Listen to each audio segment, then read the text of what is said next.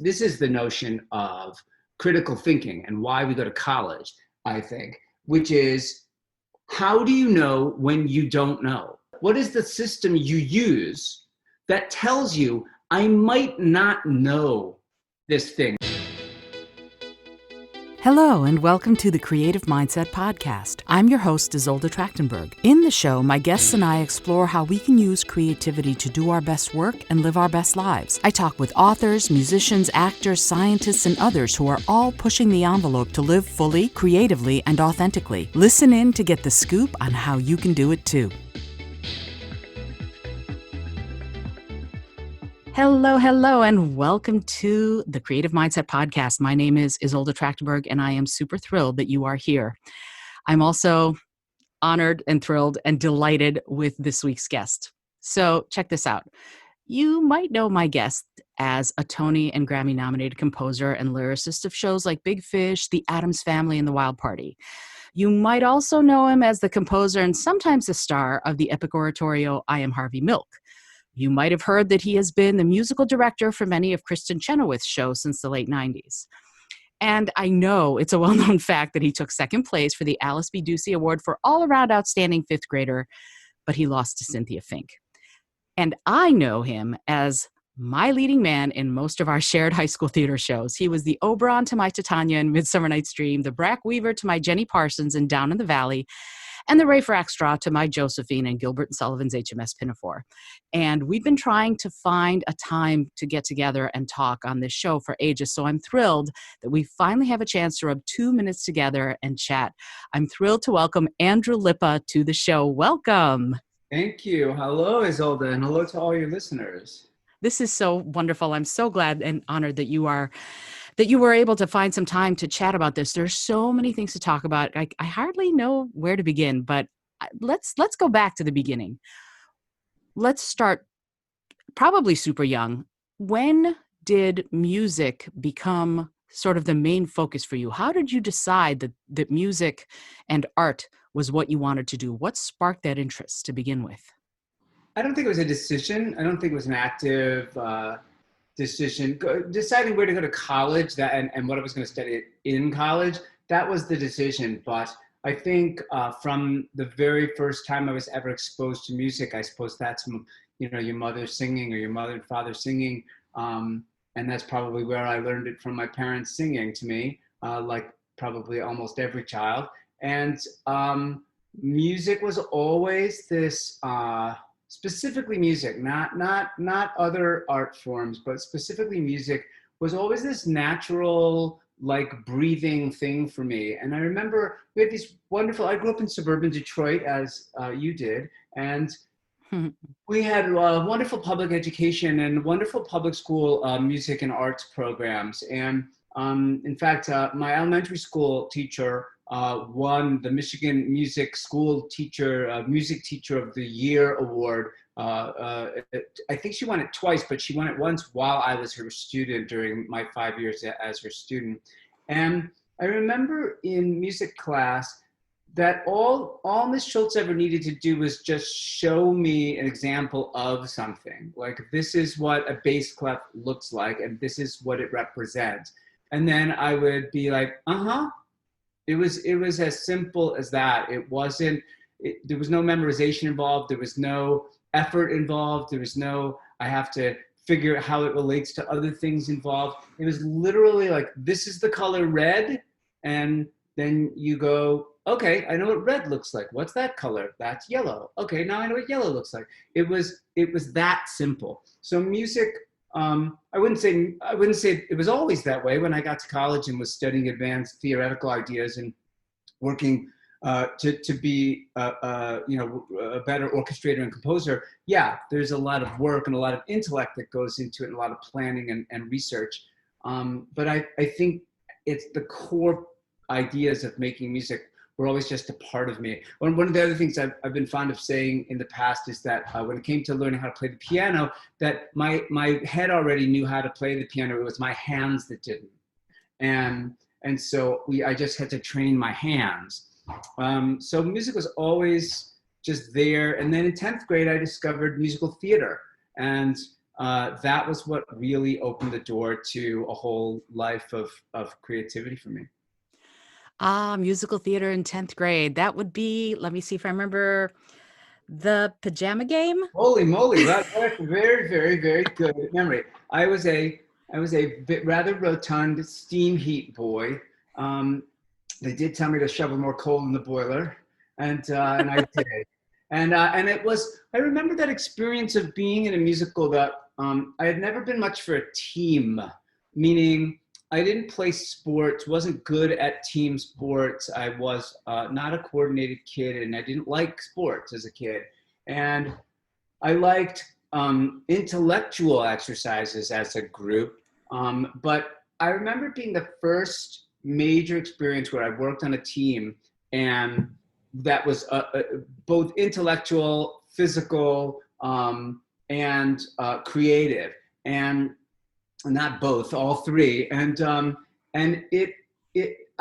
was a real sense. The year before in school, when I was in ninth grade, we did a year-end concert, and one of the things we did was combine some of the musical groups and did the quintet from West Side Story. And in the days before we knew what appropriation was, I was a shark.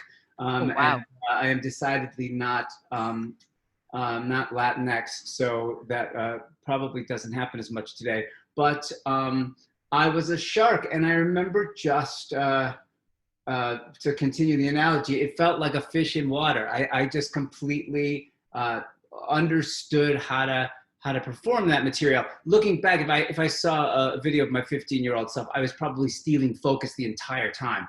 But but I remember those experiences in high school. Also, the power that they have, not to get political, but why not? The power that they have to be a locus for confidence building and for really, like, my experiences in choir and theater are what made me a better citizen, a better leader, a better student, a better person.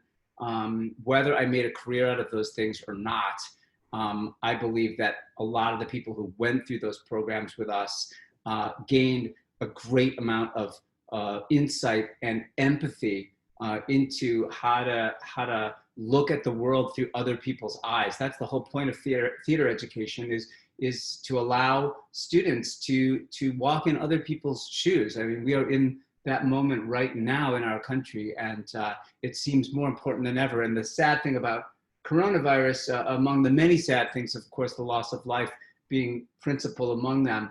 But another sad thing is the number of arts programs that I am hearing bit by bit that are being cut or defunded entirely across the country, and how challenging it's going to be to bring them back.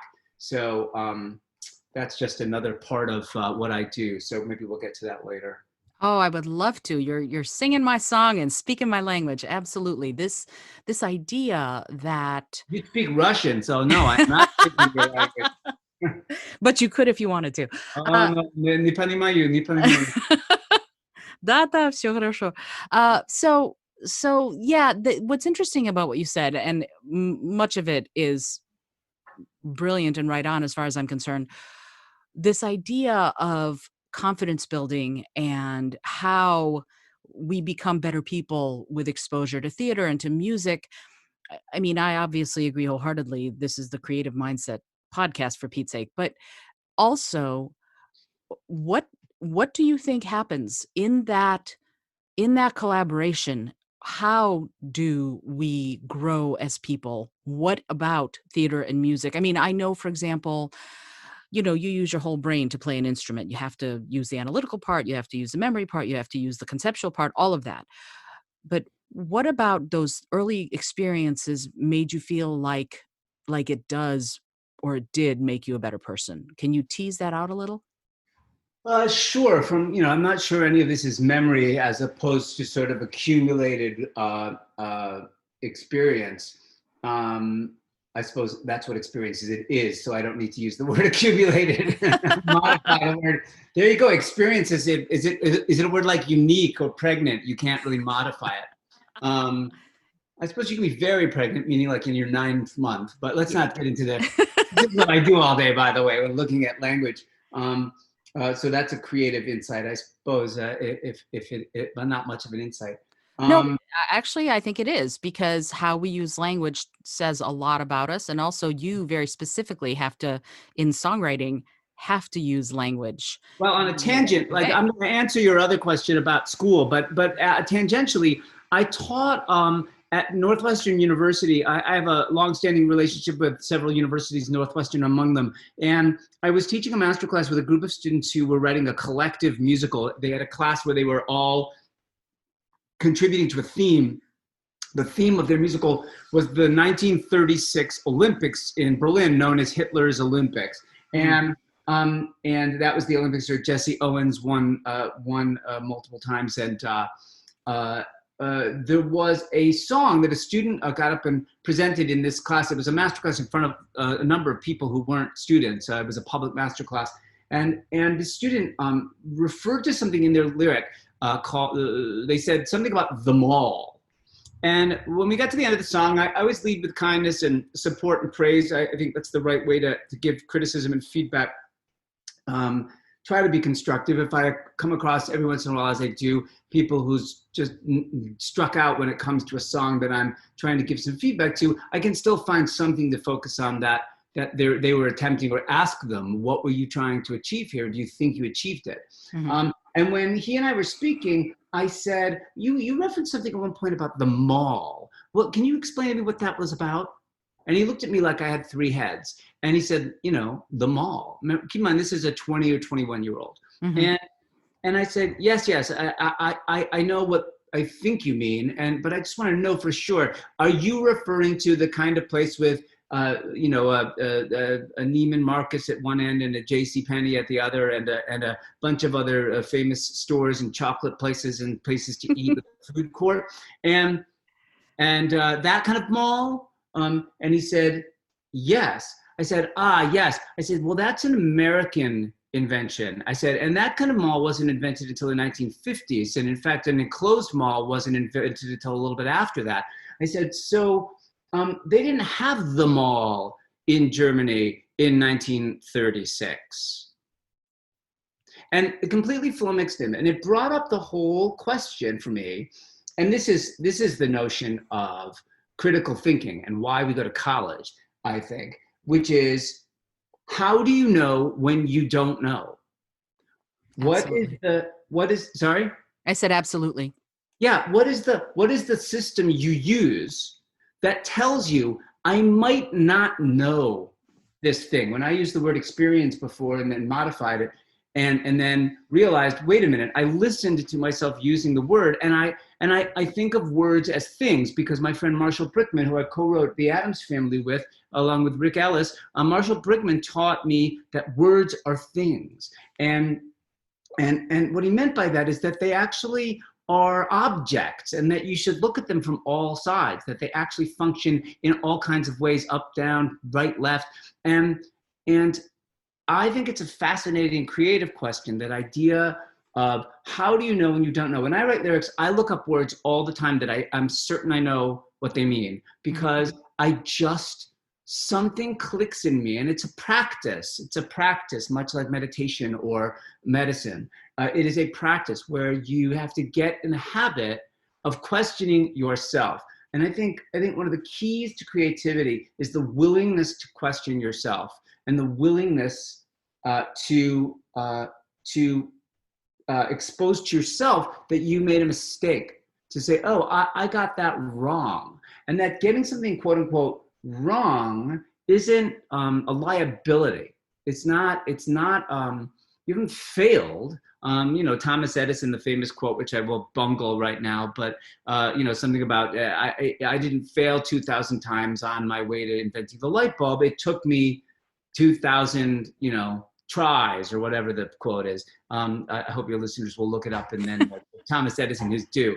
And it might have been more than 2,000. I don't know how many it was. But you asked me, this was about education. This came from the notion of education. And one of the things I think I learned very strongly by doing theater, one of them is empathy, which we are sorely lacking in our world. And I do think I sit on several boards and organizations related to making theater, and it is a very challenging question. I have white friends who've written all black cast musicals, and those all black cast musicals are really beautiful pieces that are intended to be performed by all black people. And there are schools across the country, there are communities across the country where there are no black students. And so should that school in an educational environment, I'm talking not about professional theater, I'm talking about educational theater, should that school not perform an all black show with all white kids? And the answer always comes back to that's the realm of the author's permission. And that's the thing that we hold on to in the theater. Now, unlike Hollywood, we don't sell our scripts, we own them. And so anybody wants to make a change, like something as substantive as the racial background of somebody, a character who's described in a certain way and as part of a certain community, they have to ask the authors through the authors' representatives if they can do that. And there's a large part of me that gets, well, you know, there's something very wrong about a group of white kids pretending in a play, because we're already pretending when we do a play, and walking in the shoes of black characters. And then there's a part of me that thinks, but wait a minute, why shouldn't they do that? I read an article yesterday, 75 things white people can do for racial equality. And one of them, it was in a really compelling article, and one of those things you can do is literally if you're white, buy your nephew or your niece or your daughter or your son a book, a child, a book that features black characters, and show them the experience of other people who don't look like you. And so it's an ongoing thing, and I think about it in relation to my shows. I've had those questions asked in relation to my shows. And, could we cast a person of a different race in this particular role? And now the question comes up, could we cast people of different genders? Often that answer just comes down to what key the song is in and voice type, because if they can sing it in the key it's written in, I'm like, great, go for it. That's fascinating. So much. Thank you for that. I want to delve a little bit deeper into this idea of representation, representation in the theater, representation in movies. And I don't know how often you do have a say, but when you have a say in casting, what role do you play? And obviously now we're talking about representation. How have you encouraged representation, and what will you be doing moving forward, especially in the wake of what's happening now in this country and in the world? Yes, great set of questions. So making a musical, I don't write plays, I write musicals. And although one could argue they are musical plays, but that's a bit of a pedantic discussion that we don't need to get into today. I don't know. We could talk about Peter and the Starcatcher. Right, yeah. Peter and the Starcatcher sometimes functions as a musical, and as did this gorgeous play called Ink that came from London last season or 2 seasons ago, that was directed by Rupert Gould on Broadway. There was a sequence that was it was about Rupert Murdoch, and it was a musical sequence in the middle of the first act out of nowhere, and it was so exquisitely designed and done that my head exploded, because I said to myself while I'm watching the play, there's a musical number, but this is a play, but it's a wonderful song. And then I gave up and I just watched it. I didn't fight with myself. So the answer to the first part about how much involvement in casting is 100%. So the thing that writers in the theater did 100 years ago was, when we formed the Dramatists Guild of America, we made a decision that we were going to get paid very little to develop our shows. And we were going to get, in return for that, ownership and decision-making power. And we've retained that. And everyone who is a member of the Dramatists Guild of America and has a show that goes to a major theater in New York or on tour or those are usually the two big ones, are represented by a contract that protects your right, not only to copyright, because that's one of the functions of the guild, is to protect copyright, but protect your right as a writer to have veto power over the director, the choreographer, the designers, the cast, all of the substantive creative contributions. And the notion is you're working on a show for a long time, you're building relationships with people, and in most cases, everybody's going to have share a vision for what the show is. And so you're not going to get into giant scrapes with people over casting. And every once in a while, there is a big conversation about this person or that person. And the director is traditionally the arbiter, even though the writers still have the right. I could, at any time, I could exercise that right when I'm casting an original production of my show. Once the show is done, meaning once it goes to Broadway or off Broadway, or has its defining production, whatever that is, then when it gets done again, so the Addams Family, I'll use that as a case in point. The Addams Family is the most produced musical in North America 4 out of the last 5 years. And Wow. When it wasn't number 1, it was number 2. And Lovely. I'm not involved in the casting of any of those productions, because those productions are licensed by the licensing company that represents the show and promotes the show across the world. It's been translated into 15 languages. It's been seen by 35 million people, etc. And I'm not involved in any of those decisions. I could be, but I'm not, because I've moved on to other projects and other things, and I trust the licensing company and give them the right to honor what it is that the creators of the show want to maintain.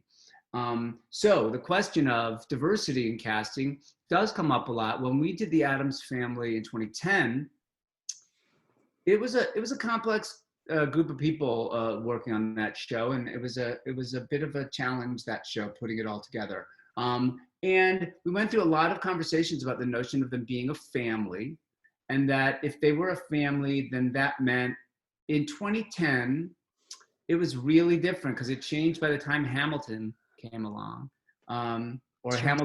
Hamilton changed it, either or. Although I will say, the Wild Party in 2000, while they were not blood relatives, anybody in that play, but there are 2 brothers, but other than that, no.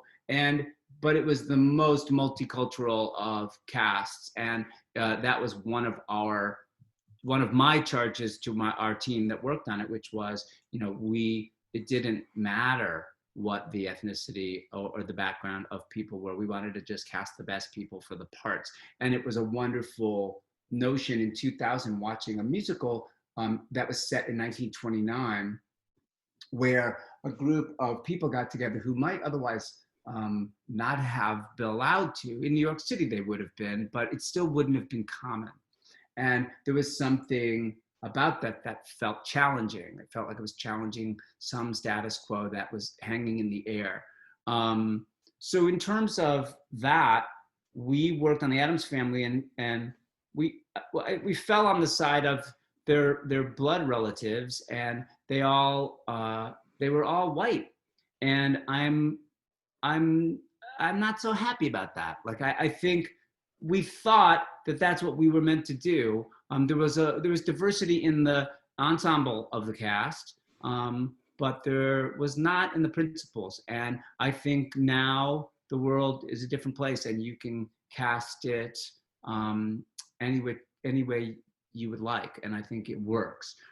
There are some estates that won't do that. Some estates, I know of a story where the Edward Albee estate wouldn't allow a Black Martha and George in Who's Afraid of Virginia Woolf for professional production. Again, it's not about anything but the desire of the people who made the show, and it's really their decision to make, and I think that's a good system. I think I agree.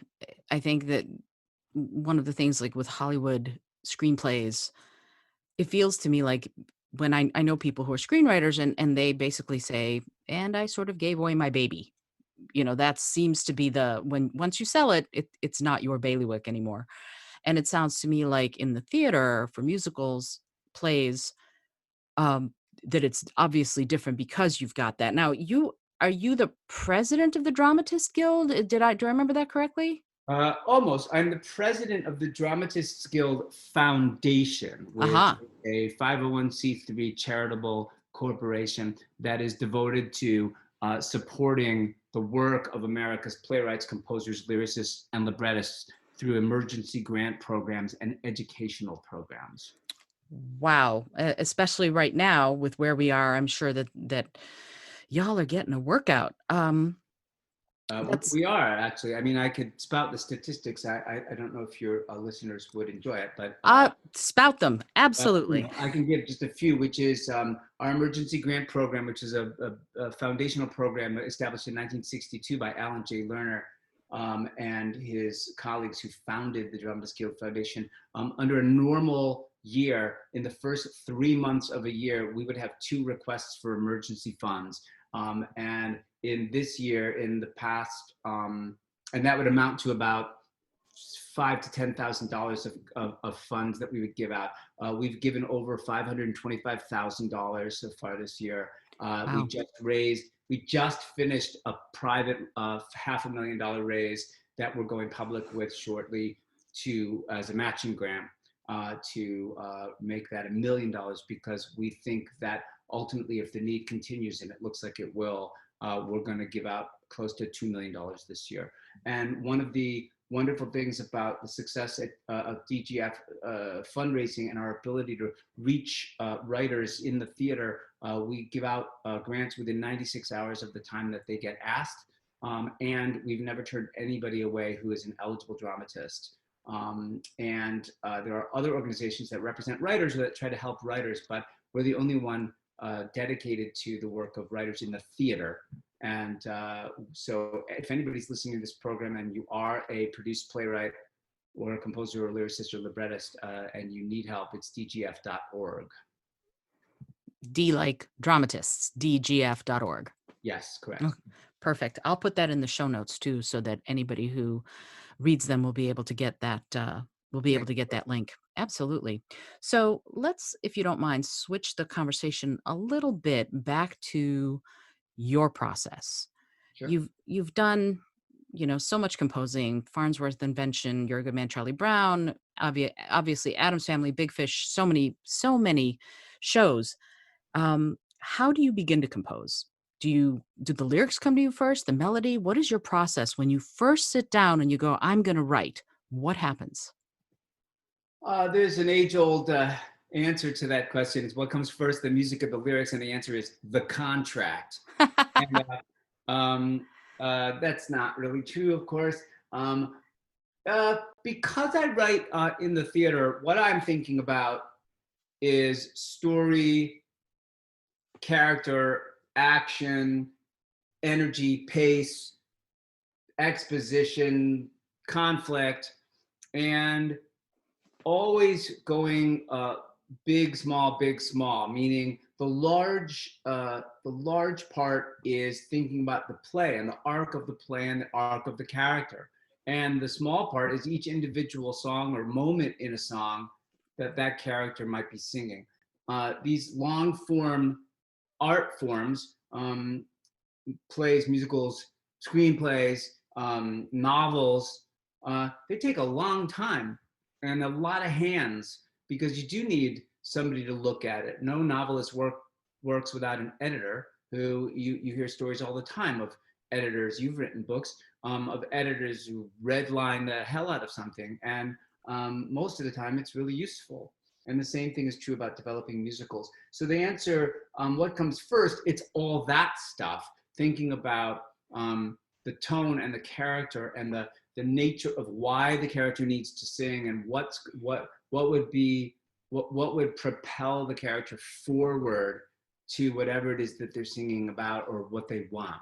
You never get it all right the first time in a draft. You're lucky if you get it half right, meaning if you keep 50% of the songs after a first draft, that's pretty good. And there's a line I know, which is musicals aren't written, they're rewritten. And that is super true. So what comes first, the music or the lyrics? It used to be the lyrics. I would set music to them, sometimes adapt the lyric as necessary because the music demanded it. And that's how I started as a composer. I started writing music with other people writing lyrics. So I didn't write the lyrics. And when I started writing lyrics, I started by writing lyrics, and then I would set it to music. Now, I would say it's equal parts. It's very much. I used to start at the beginning. I don't always now. I might start in the middle of a song. I might try to map out just a feel of the song. I might get away from the piano and think about like what's the energy of the song. What does it want to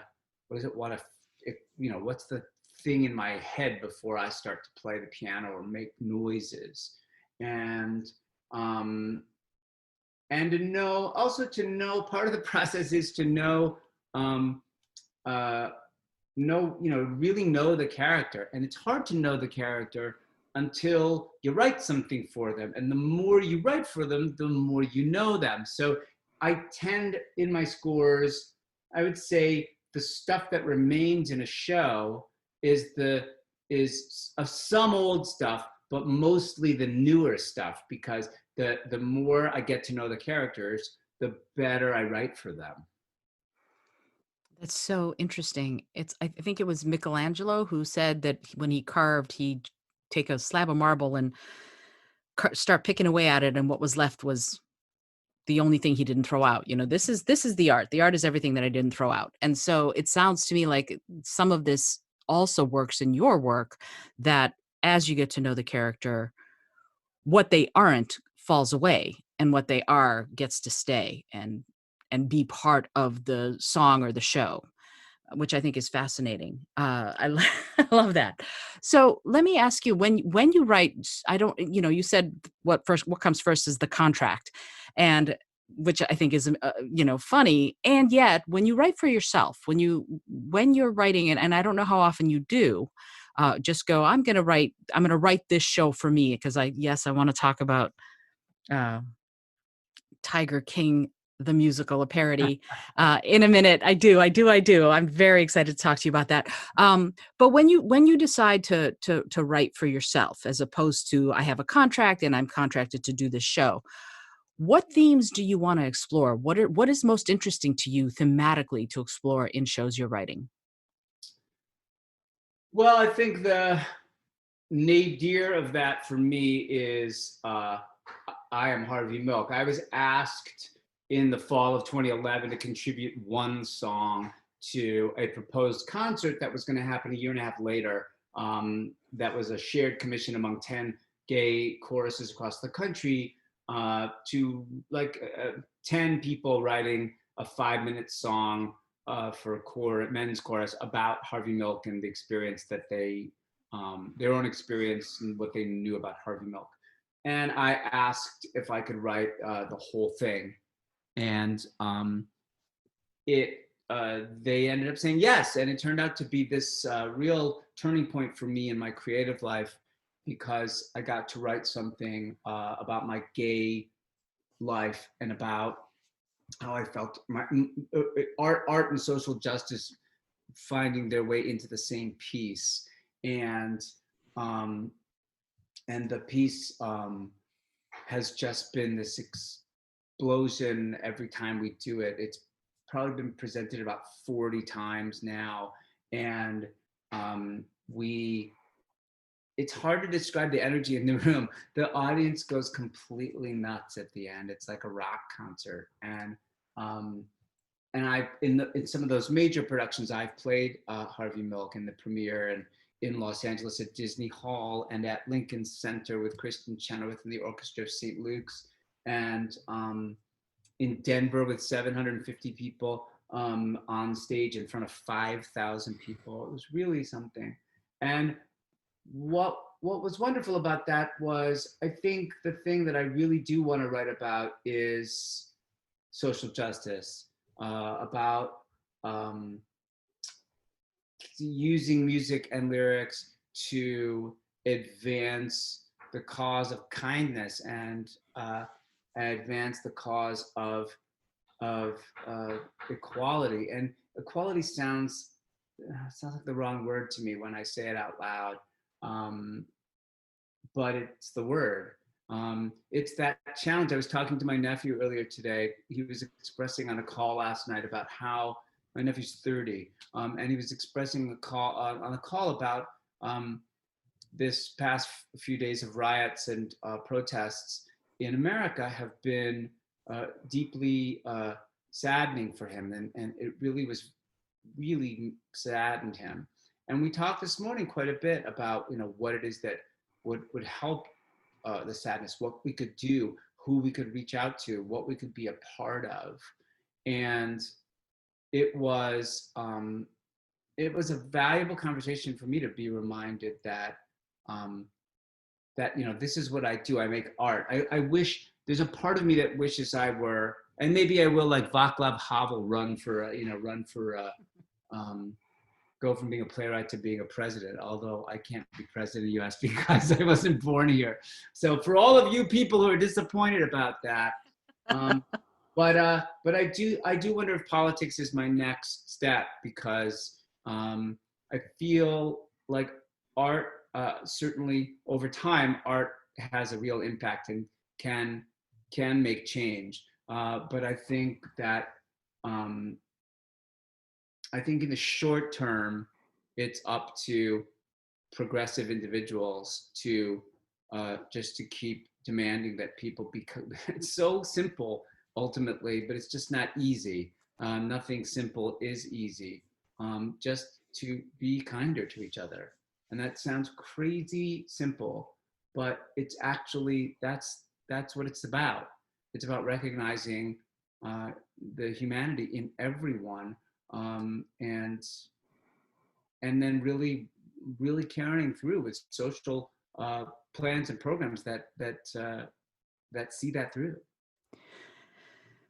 Once again, you're singing my song. Absolutely. And it's this idea that you're talking about kindness. It seems to me we go right back around to what you were talking about earlier with education and the sort of self-awareness that I think you need in order to realize that you will not have less if you are kind to someone, that you will not be lacking if you lift someone else up, that there is no cosmic balance scale there, that you can be perfectly content where you are and also help buoy up other people. Yeah, So, rising tide floats all boats. absolutely, absolutely. But also, what you were talking about earlier about theater education and how it can teach us some of these ideas of kindness and empathy. I would add self-awareness. I mean, to develop, I've done some theater in my life. To develop a character, you have to really develop a sense of empathy for that character, but also you have to know yourself pretty well. And that kind of introspection, I think, might help. So let me ask you that question. When you're writing, what kind of inner life do you imagine or envision for the characters in your shows? Uh, yeah, the process of writing is not something anybody should witness, because it is at times, in large part, it's an internal one. I'm not doing very much. It's hard to see. Writing itself is a messy process of avoidance and napping and the game show network and um, coffee and talking on the phone and the internet, and then the occasional something, and then you get lost for 5 hours in the thing, and it is, but if you don't change yourself, like, routine is incredibly important. And Joyce Carol Oates, in that thing online you can subscribe to, a thing called Masterclass, and Mhm. famous people talk about their process. Joyce Carol Oates talks about how interruption is the enemy of creativity, and that you need to uh, find yourself in this space where you're not interrupted. And I'm interrupted constantly by emails and phones and people and noises and what have you, and uh, my own inability to concentrate. But my dialogue with the characters I want to write for is in lots of ways. My acting training has been a big part of that, and trying to it's it's a lot of I would say pretend. I suppose it is. But it's deeper than pretending. It's an inhabiting and a willingness to inhabit. What does she feel like? And for me, it's all about feelings. There's an incredible amount of thinking and intellect that goes into creating something that elicits feeling, but um, that's authentically elicits feeling. But it's still about feeling. I don't care for the theater of ideas. I don't care for theater that that is about non-emotional theater. Like, there is such a thing, and there are such plays. And I'm like, why would I go to the theater to not feel like that? The whole point for me is to go and to feel as much as I possibly can, and so when I make things for the characters, I want to know what it is they feel and what it is they want. And invariably, I suppose, if I look back at the characters I've written for, I will find bits of myself there, and it's up to somebody else, not to me, to, if somebody else is inclined, to say, oh, well, this is Andrew Lippa, this is what he does, this is his thing, and this is what he's thinking about, or this is the kind of person he was, and that's why he wrote, notice in this character and this character and this character, they all want the same thing. I don't know what that is. I think if I start doing that, I'll just fall apart. I won't write anything good. And my friend Stephen Schwartz, who wrote Wicked and Pippin and so many other wonderful songs and shows, Stephen said, at some point you will realize you've been writing the same show over and over again. And what he meant by that was that you do have your gut, your instinct, your heart, your desire to express yourself, and that you find multiple ways to do it, but that ultimately you're writing. And it doesn't mean it sounds the same. None of my shows sound the same. It doesn't mean the characters are in the same time period. It doesn't mean that the stories are similar. It means thematically and emotionally there's a lot of similarity. And that might be true about my shows, but my job isn't to analyze. My job is to make the next one. Yeah, and it's interesting what you just said. First of all, Stephen Schwartz, he's one of my favorites. The idea of this reminds me, I don't even remember where I read this, but there was a playwright who had, no, it was an author who had written something, and it was pivotal that the walls of the room were blue. And everybody was like, oh, it's because of the angst that the characters feel, the wall. And oh yeah. And then the author happened to come in. Maybe it was Beckett. Maybe it was a Beckett play. And he came in and he's like, no, the walls are just freaking blue. I didn't have any greater idea than that. I was just, the walls were blue. So when we're talking about, and I, again, believe it or not, I'm only on the first page of my many page questions. So I'm going to get going, because otherwise I will be here and you will be here trapped all day. So when you're writing, if you're talking with a character, or if you're having characters who are singing duets and everything, there are certain melodic themes, I guess, that come through time and time again through a show. What's the reason for that? What is the sort of thing that you're trying to do for the audience to give them that little touchstone, perhaps? What's going on there when you do that? There's a lot of new information coming at an audience with a new piece, and so you have. I strive to give them some things that would help them with their anxiety, and there's a certain level of anxiety going into the theater. It's like, what's it going to be?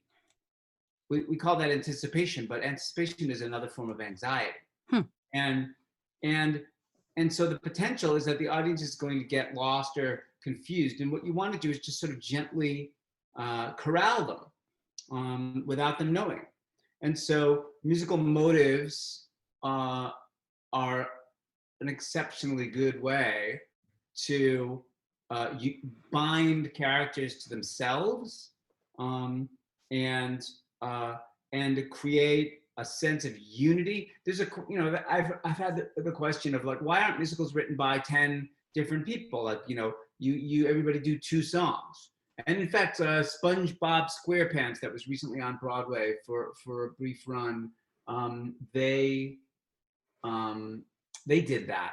Mm-hmm. Each song was written by somebody else, and while that may be suit that particular show, I didn't happen to see that show. It may suit those characters and that material. The notion that the art form itself is the vision of a single person or a pair of people or 3 people who construct. It's like architecture. You construct a foundation and a building and repeated bits so that people have something to hold on to in memory and in emotional memory. This is the thing. They don't say it out loud to themselves, but they feel it, which is this music is connected to this character. And when I hear, the obvious examples are things like Peter and the Wolf, which Prokofiev guides you through the various themes and tells the story. And every time you hear Peter, you hear the strings playing,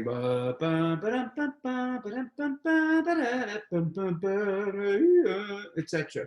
And that tells you, this is the color and character of this character.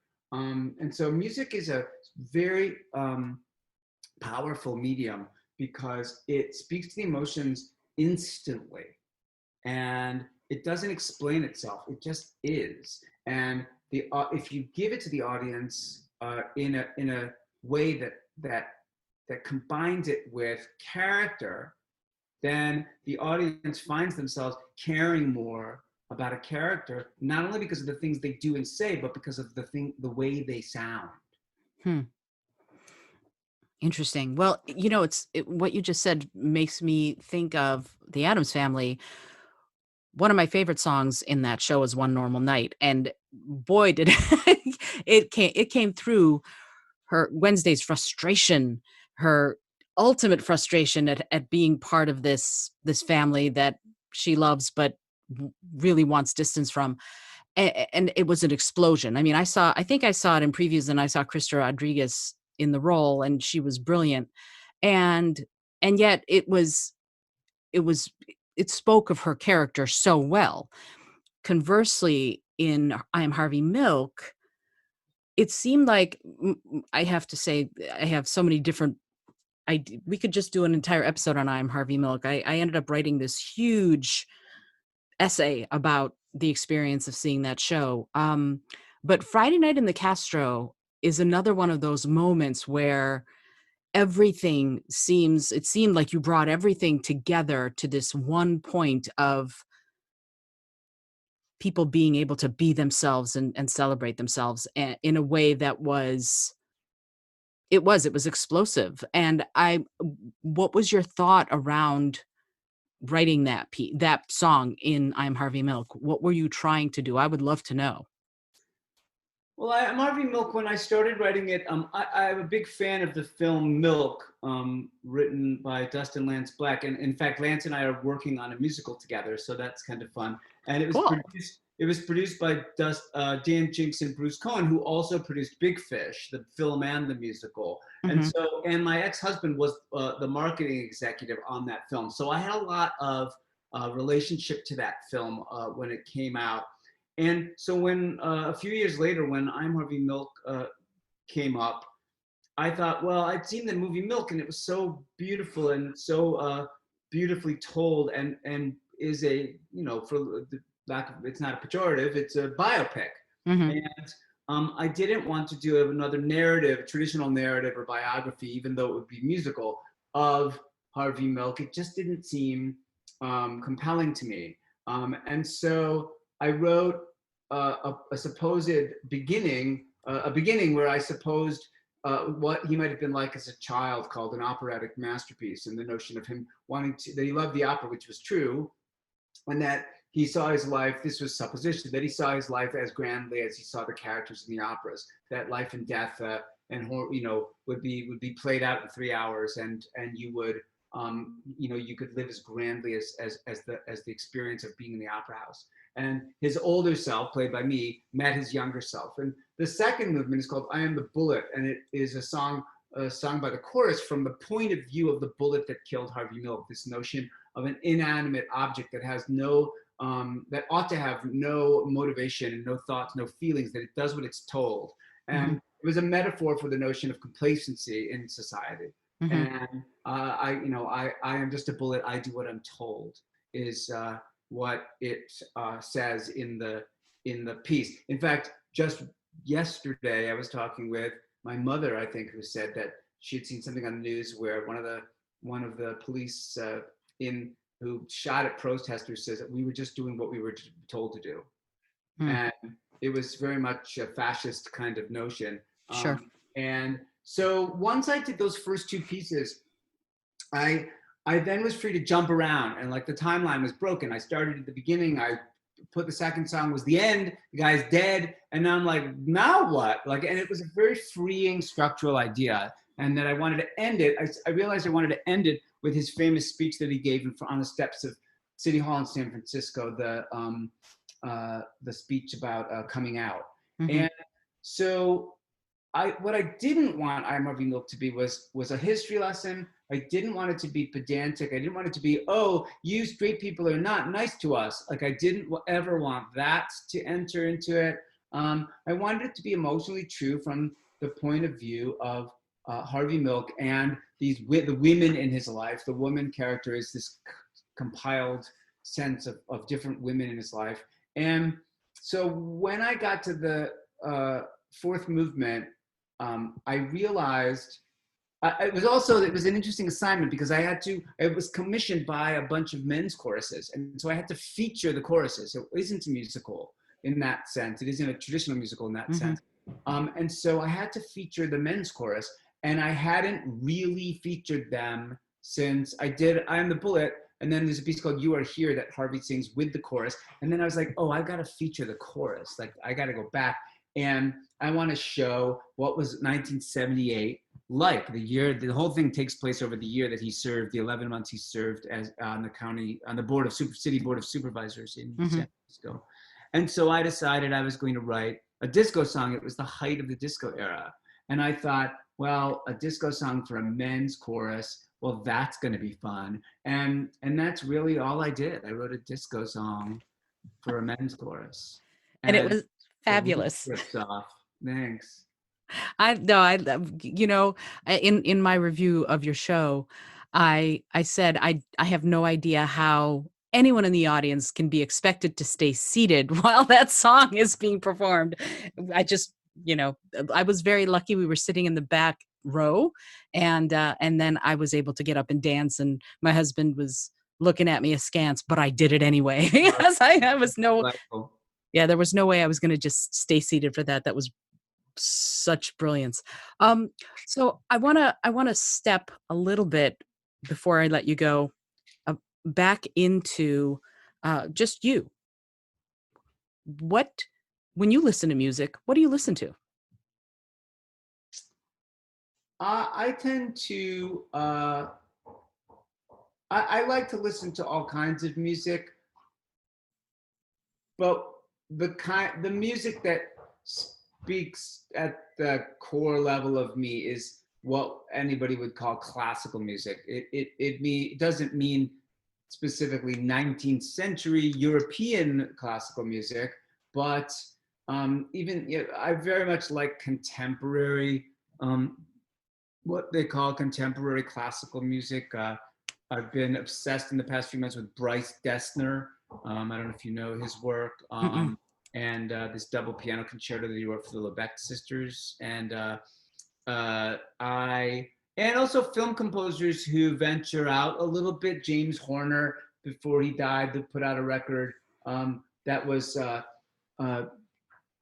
written for cello and piano and orchestra. I mean, cello and violin and orchestra. It was absolutely beautiful piece. And I find orchestral music to be really exciting and soothing, and also just gets me in touch with deep feeling.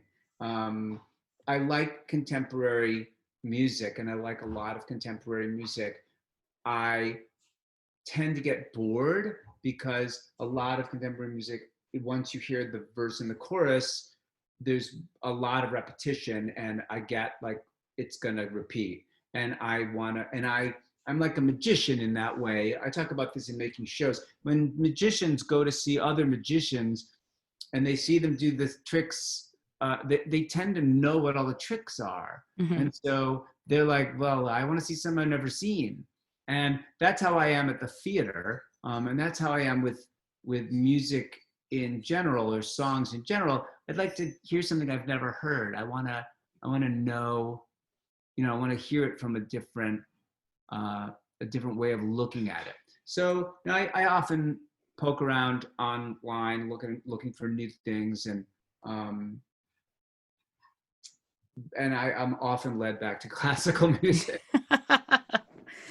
I'm that way with jazz. Classical music I love, but I have very, I'm sort of the romantics, Baroque, great, and then I skip right over and head over to jazz. So it's funny because they said let's ask about you, and then I have something that I wanted to bring up, and I wanted to get your thought on what that line meant to you when you wrote it, because I Am Hannah Hutchinson, that I saw the premiere at Strathmore Hall in Bethesda, Maryland, near Washington, D.C. I was lucky enough to be in the audience. Thank you for that. And there was a line in the show that she said, and I immediately started weeping. And it's when she's singing to her accuser, and who's accusing her of stepping beyond her bounds, for those of you listening, as a woman, by reading from and even teaching from the Bible. And she says, is that what you fear? A woman, an insignificant woman, being significant? And that's when the waterworks started for me. What did you mean by that line? What was that about for you? If I may, it's one woman, one insignificant woman being significant. That sequence in Anne Hutchinson is what we affectionately called the mad scene. Mm-hmm. Many operas have what's known as some famous operas like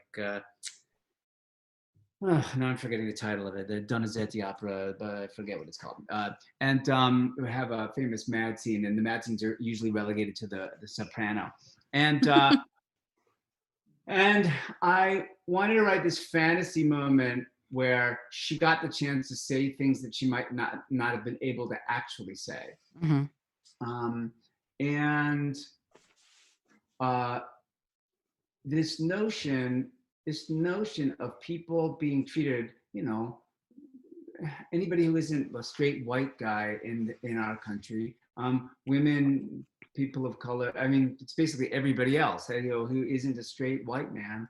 The notion of power resting with anybody else, any kind of power. I mean, look, I wrote Harvey Milk, where power rested with a gay man. A certain kind of power, a power in the legislative body. And with Anne Hutchinson, a certain kind of power, much of it derived from her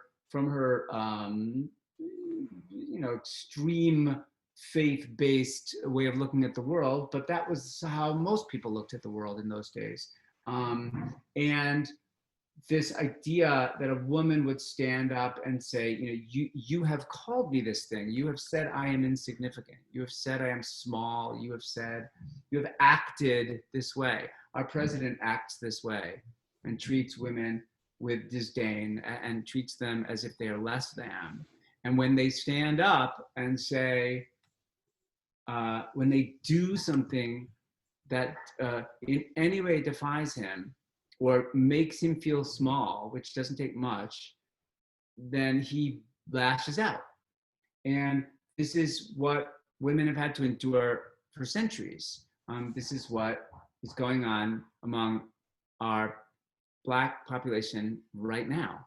This is what goes on with every person of color in our country. This is what goes on with people with disabilities. This is what goes on with people who are members of the LGBTQ community. The whole, if I can almost swore, it's a podcast. So You're allowed to swear. All I have to do is put the little E for explicit. yeah, Go for it. the whole Speak your mind. fucking point is that people don't like to lose power.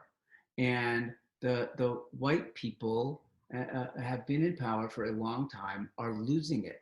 And I am among them, but I'm not, because I'm Jewish, I'm gay. I've always identified as the other. And sooner or later, the other is no longer the other. We're the everybody else. And Anne Hutchinson in that moment sang very powerfully, one woman, one insignificant woman being, isn't this what you fear? That's what she sings. Isn't this what you fear? One woman, one insignificant woman being significant. And one of my favorite things about what follows that is there are 4 bars. It's in 3. And there's this sort of, that's the 1 bar. And the 4 bars that follow it, I remember writing it. You can't really write this on the piano, but I remember telling the orchestrator, it is as if the entire the entirety of hell is opened up with its arms open for Governor John Winthrop, waiting for him to step in.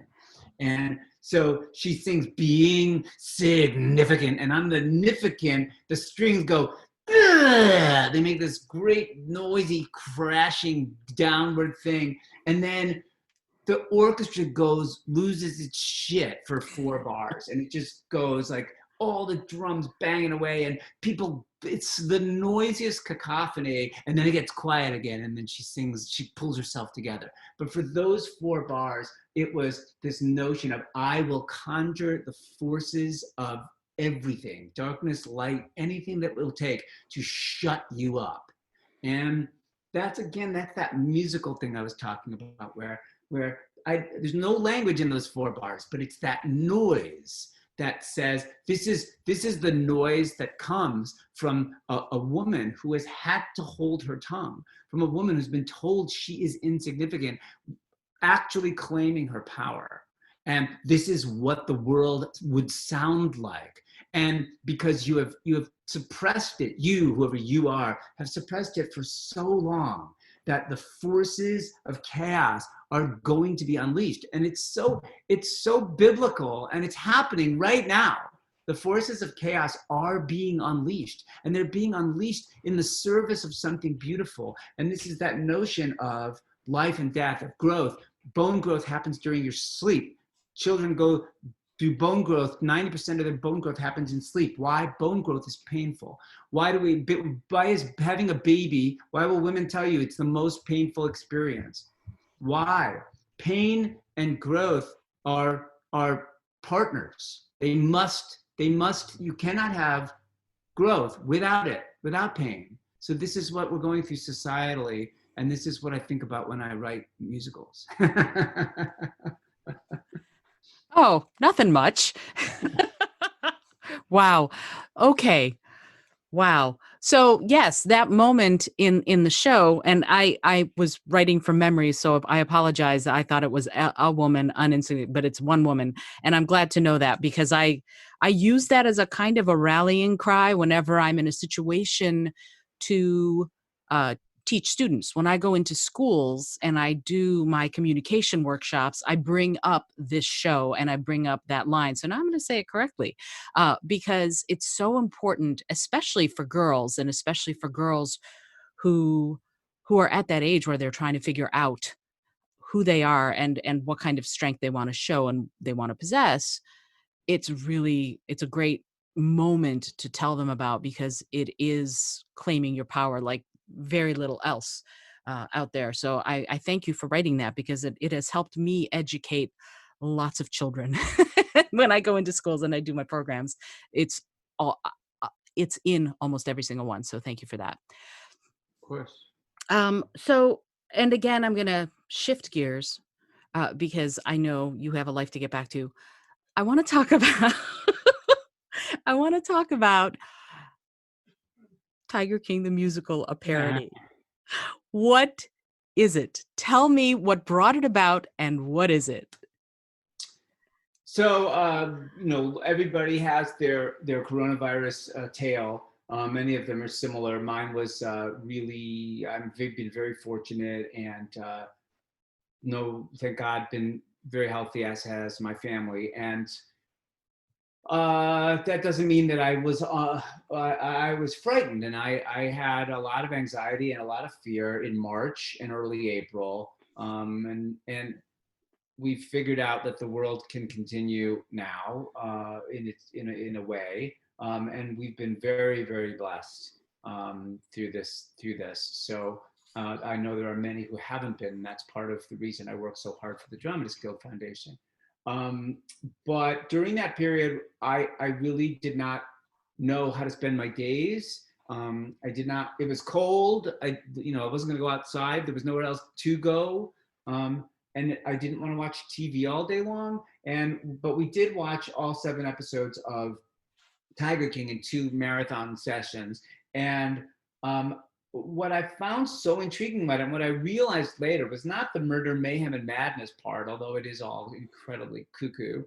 And what I realized was that what Tiger King is ultimately about is about a group of people. In the case of Tiger King, Joe Exotic, Carol Baskin, and Doc Antle, who are wildly imperfect, if not altogether corrupt leaders who demand fealty from the people who work for them. In the case of Doc Antle, the women around him, I mean, just like they're like sex slaves. And Carol Baskin is this controlling, God knows, what she's done or will admit to. And Joe Exotic, of course, is a truly like mentally ill guy who didn't give a shit about those animals. And they demand absolute fealty from people who are dependent on them for their livelihoods, but will talk shit about them behind their back. And in that way, it resembles our current government. And to me, I suddenly realized we are the tigers. And we are going through this. And this is why so many people watch Tiger King, not because it's fun to watch crazy people, but because we see ourselves in those people and animals who are being abused. And I recognized also that it's a comedy. And so, or it ought to be, the parody ought to be a comedy. And so I wrote a song called Little Pieces about my supposition that Carol Baskin had cut up her husband and fed him to the tigers. And I shared it with Kristen Chenoweth, who the results are on YouTube. So you can go look up Little Pieces, Kristen Chenoweth, and we got a lot of coverage, and it was wonderful. And then she connected me to Frankie James Grande, who has a huge following online, and who I had met once but didn't know. And we had a wonderful chat, and I decided I was going to write a song for the 19-year-old Travis, Joe Exotic's second husband. And I wrote a song called Husband Number 2 that Frankie made a wonderful, wonderfully funny video. And then I talked to Richard Kind, the wonderful comic actor from many, many films and television shows. And Richard wants to do one as well. I love it. Sorry, I missed you. Oh, I love it. I love Richard Kind. I think that's great. So hilarious. And anyway, it just became something that I could do to stave off the fear and to give people a giggle, because there was so much. I stopped watching the news at a certain point because it was so upsetting and it was so frightening that this virus was coming to get you, and it was like, it was hard to know what to do. And I didn't want to return to writing a musical. Nobody knows when we're going to be able to get back together to develop actual shows. And it just felt I just couldn't get my head around it. So I took a break and I started doing a bunch of other stuff. So I wrote some of those Tiger King songs, and I this Sunday, the United Jewish Appeal at 1:00 is doing their Israel Day parade. They usually do a parade that 1 million people come to in New York, and they're doing it online. And I wrote a big song that caps off that parade, and produced that song. And I've written a few other singles. I wrote a piece for the San Francisco Gay Men's Chorus called "What Will We Hear?" And I presented it to them last night on Zoom. It was really fun with 180 guys, and I showed them the song, and they sight read it as they listened to the recording I made. And Wow. And so I've been doing a lot of single songs about various things, and eventually I will return to making longer stories. Well, I look forward to that for sure. Wow. Tons of stuff, tons of stuff. I have to come back to the parody. What is in the future for Tiger King the musical, a parody? Is there a future for it somewhere, or is it going to be a number of one-off songs? Uh, I don't know yet. I had a certain amount of interest from some producers who have asked me about wanting to develop it as a musical. Part of me thinks that it has a very short shelf life, Mm. and part of me thinks that that shelf life might be a year. Who knows if we'll still be talking about it next year? But my agents and I are in the process of talking to a couple animation companies about doing a very, very rudimentary animation. So animation takes a long time, but we could do a half-hour or hour-long special, animated special for television called Tiger King the Musical, a parody. And it would, when it's animated, it would also take the sting away, I think, of it being, it makes it even funnier, I think. There's an opportunity, much like South Park the movie. I think there's an opportunity there. So if we can encourage somebody we don't know yet to get the heat for this thing, then we might be able to put it together in the next 6 months. So we'll see. Oh, that's awesome. I hope that, I mean, little pieces. I've certainly spread it to every single person I know, but it's gruesome and it's hilarious. And of course it's you're writing and Kristen Chenoweth singing it. So of course it's going to be fabulous. I want to again shift gears a little bit if it's okay.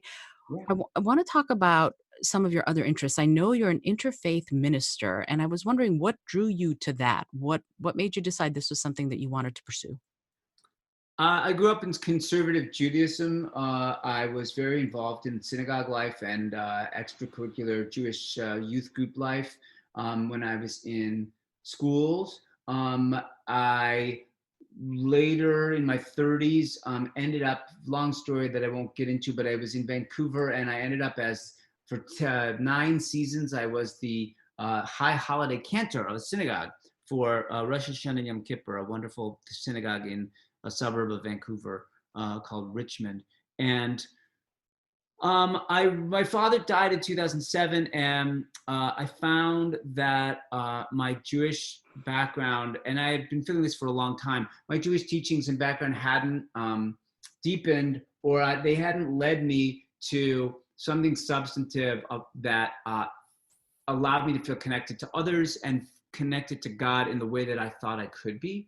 And I went through a pretty transformative year in 2011, had a significant emotional falling apart. I went to rehab for 6.5 weeks. I got a lot of care and a lot of help and had a lot of rebuilding of my own heart and soul that I had to do.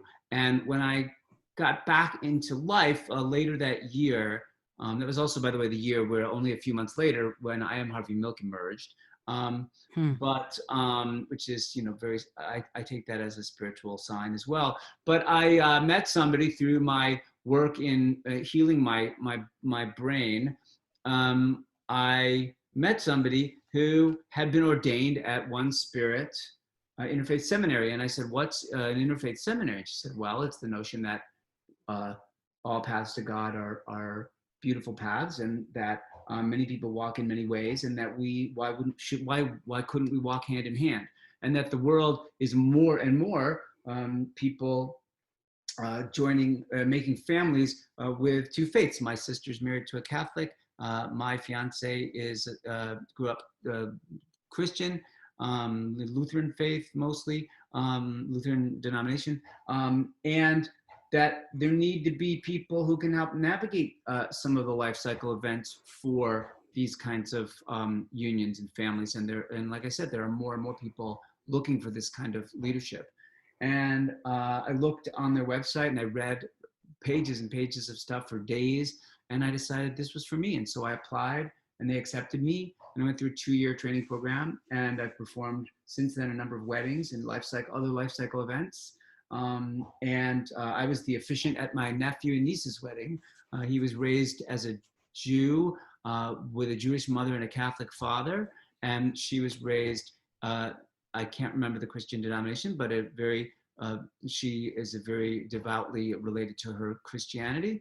And I was able, with their help, really, to provide an environment where they both felt their families could come together and their faiths could come together. And it was just one of the most thrilling things for all of us as a family, that we could bring those two kids together, and that I got to be the officiant. So anyway, it's been a real blessing, and it has helped guide my path, both in my creative life and in my personal life, and I suppose also in my life of trying to be of service in my nonprofit life as well. I'm going to take a minute and honor that. That was lovely. Thank you. We're obviously living in a really challenging time, and I'd like to get your opinion on what role spirituality plays sort of societally, and also where do you think hope can come from during this really tough time? Well, everything.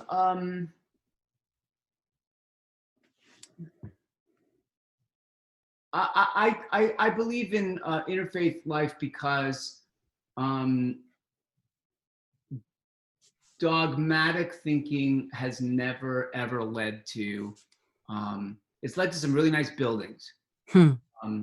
and but it doesn't lead to peace.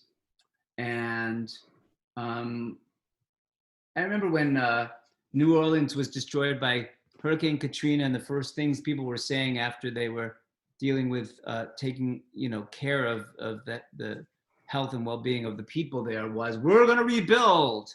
And I'm like, what hubris pill did you swallow, where you built a city that's below sea level and you think you're going to rebuild that city and you think you're going to beat the odds? And that kind of human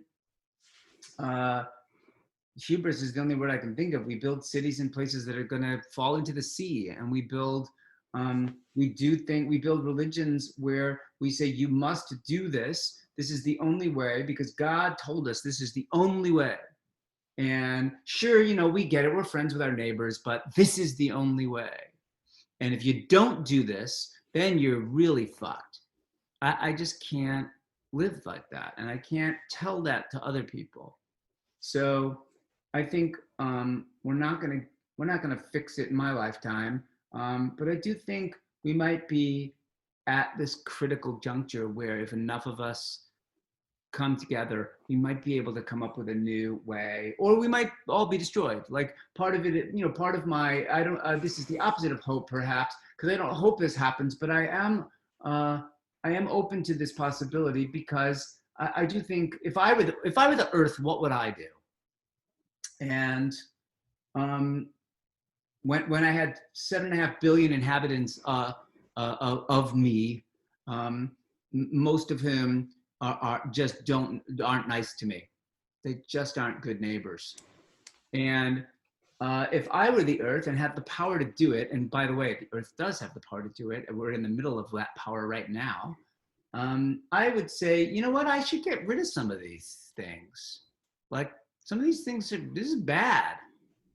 And so this is what the earth does. The earth has cataclysms like viral infections and storms and all these things to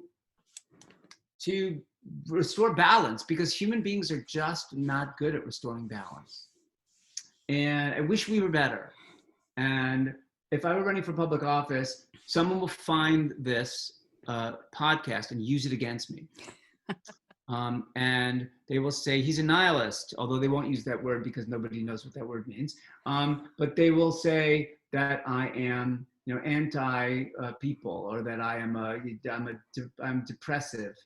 And no, the truth is, we get told, this is recently, somebody said, if white people ask you, why didn't we protest civilly? Our answer is, we did, and you didn't listen. And then there was a picture of Colin Kaepernick taking a knee at a football game. Mm-hmm.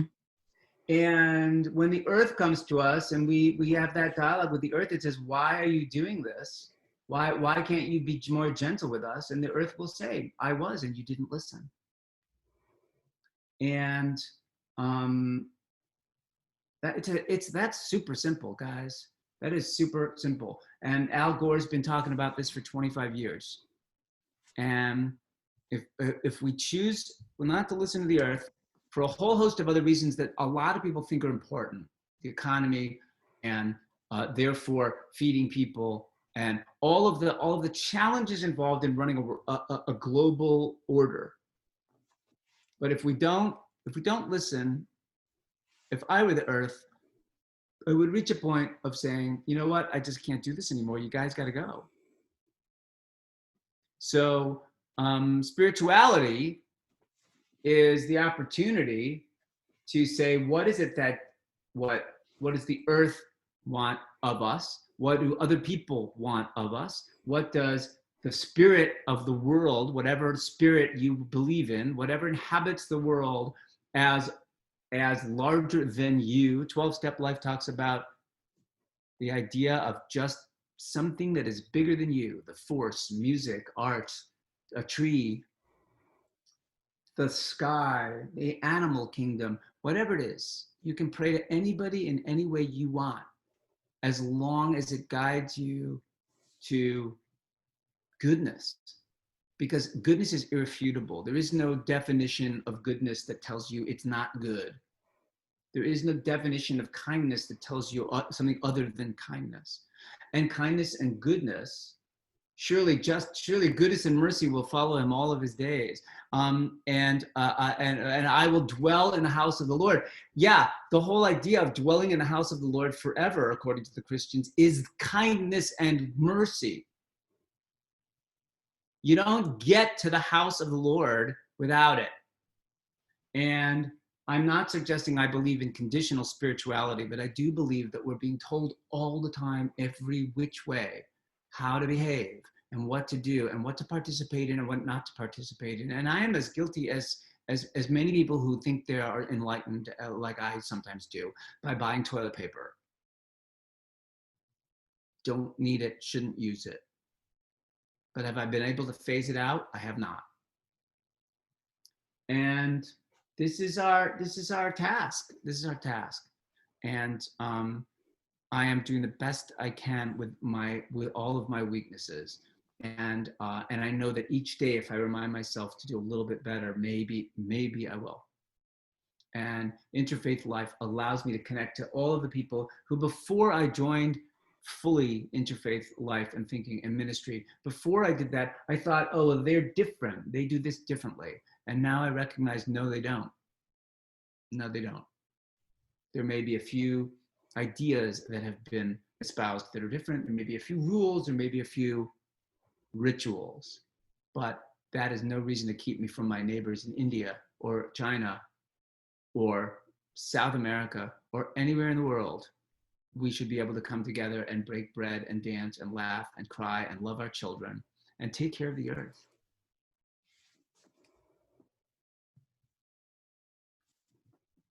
Absolutely. Right there. I think you've done it. I'll vote for you, Andrew. Uh, no, because I've said this so many times. The Earth will be fine for the next 4 and some odd billion years. The Earth will be fine until the sun does what it does when it comes to the end of its life. It's not the Earth so much. It's everything else and everyone else on it. Because Yep. the Earth is going to be okay. It will go through ice ages. It will go through nuclear winter. It will go through whatever, and it will rebuild on a geologic time scale. So 60 million years from now, there might be more life. Who knows?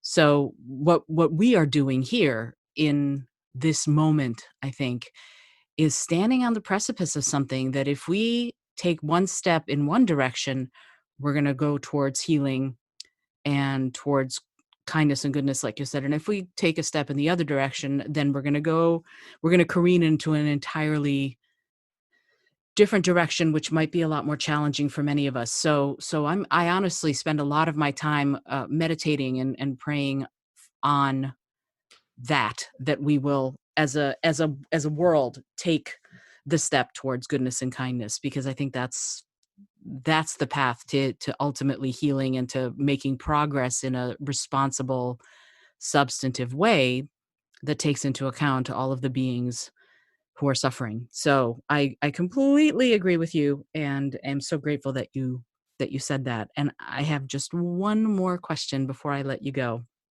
And Sure. you might have said it already because of everything you just said.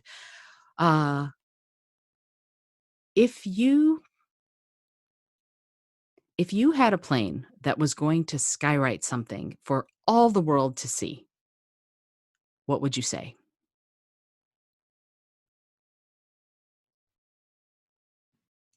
Oh, be nice. Yeah, Ta-da! my late father, when we were walking through a park in Boston, a whole group of us in my family, my oldest nephew was very little, and some man came up and started harassing us, and was really, really hostile and harassing us, and it was scary. And my sister grabbed my nephew and pulled him away, and the man was really getting in our faces. And my father, who was not an aggressive man, you may remember him, Oh, yes, I do. not an aggressive or hostile man in any way, went up to that man and stuck his finger at his chest and yelled really loudly, "Be nice." And the man was so shocked by this command, um, and that his whole posture dropped, all the tension stopped. He looked at my father, turned around and walked away. And I thought, that is the power. Be nice. And it is so powerful. Somebody asked me, do you know who, I'm sure you do, Jennifer Ashley Tepper? Oh yeah, I love Jen. Yeah, so she's going to be on the show the week before you are. I just Nice. interviewed her last week or the week before, and she's the first person of all the interviews I've ever done who said, "So Isolde, what would you say?" And my answer was, "Be kind." So Oh, so there you go. that that would be that, or leave it better than you found it. That's my other go-to when I have to think about what something like that would be. But what came out was be kind. So you and I had very similar answers to that. Andrew, is there anything else that you would like to say to whoever's listening? Any last bits of advice or anything that you'd like to say before we wrap up? No, other than thank you. Uh, this has been lovely. So thank you. Oh, thank you so much. And if you're listening, this has been Andrew Lippa, who has been gracious enough to give us some wisdom and all sorts of really amazing insight into the life of a composer. And this is Andrew. This is such an honor for me. I mean, the last time you and I spoke this substantively, really, we were probably still in high school. So where we used to at one point be inseparable. And I think your junior, my sophomore year, something like that. We spent all of our time together when we weren't in class. So now getting a chance to get reacquainted was just lovely. So I thank you for that, and thank you for being on the show. Thank you again. This is the Creative Mindset Podcast, and I am Isolde Trachtenberg. If you have enjoyed what you have been listening to, which I am sure you have because this is, of course, Andrew Lippa you've just been hearing from, please rate and review the show.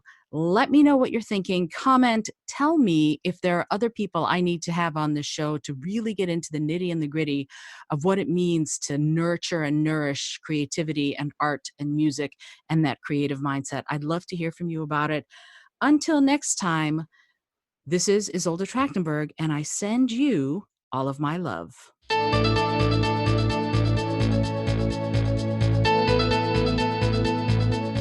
Thanks so much for joining me today. I really appreciate you being here. Today's episode was produced by Isolde Trachtenberg and is copyright 2020. As always, please remember this is for educational and entertainment purposes only. Past performance does not guarantee future results, although we can always hope. Until next time, this is Isolde Trachtenberg, and I send you all of my love.